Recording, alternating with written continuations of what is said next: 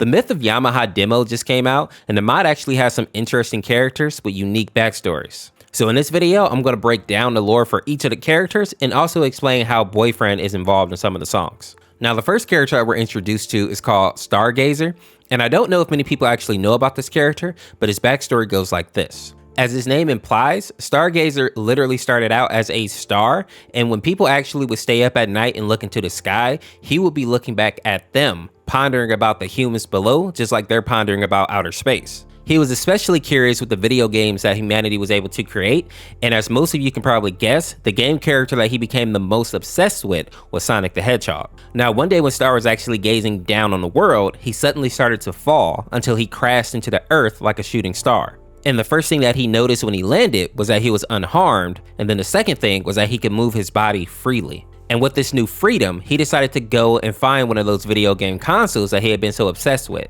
specifically the Sega Saturn. But when he went to actually play the game, he ended up being sucked into it and becoming a part of the digital world. And since he was in the game world now, he decided to actually take on a form that would be more fitting. That, of course, being Sonic the Hedgehog. And when you look at it, you can kind of tell that it wasn't fully done. As you can see here, he literally has no legs and his face is pretty disfigured, but I guess it did kind of capture the essence of Sonic.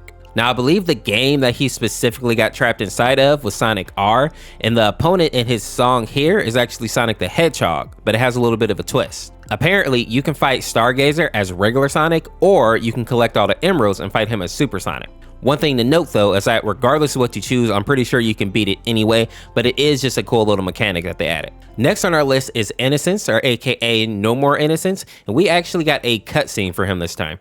I wouldn't do that if I were you.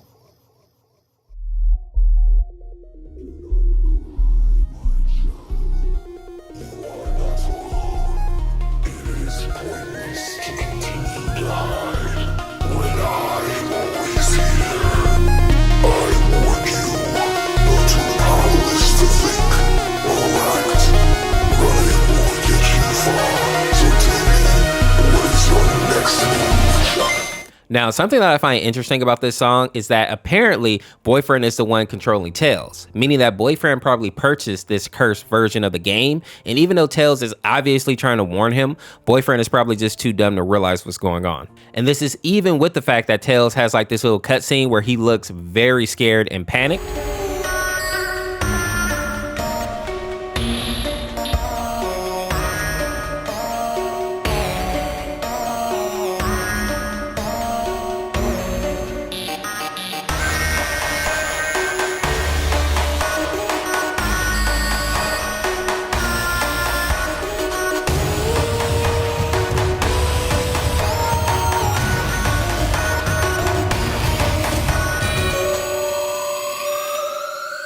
And this scene here where Innocence is literally trying to get out of the TV and attack Boyfriend. And just so you understand just how dangerous Innocence is, I'm going to put a little clip here that kind of explains his backstory. And Innocence is actually a Japanese spirit that feeds off the happiness of children. The children that he feeds on the most are children who are fans of Sonic the Hedgehog.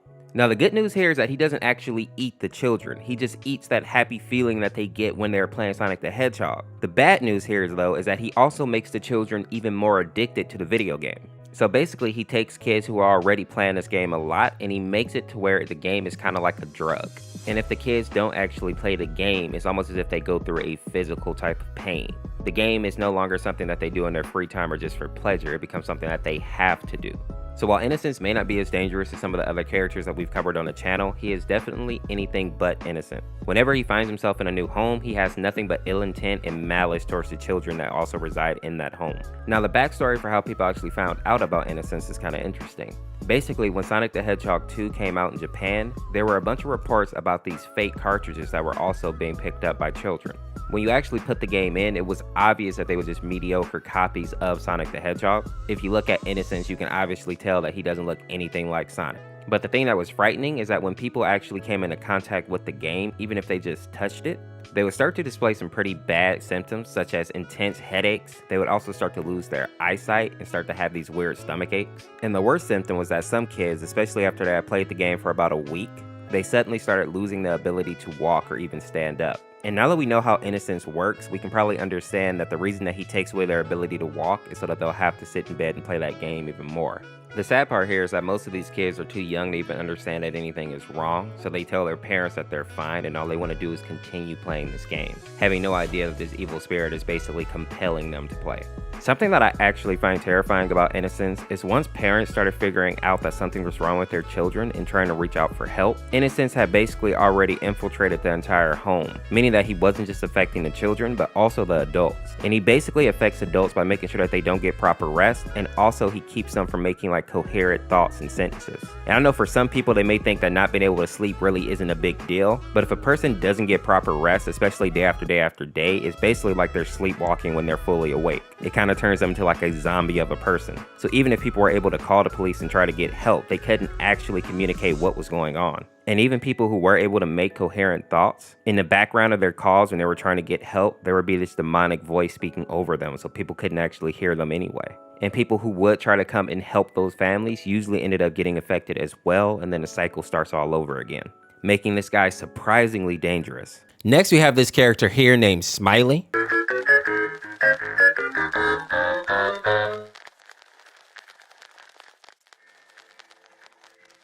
What's the matter, Sally Saddest? I've been in a perpetual depressed state for weeks due to the recent events currently happening.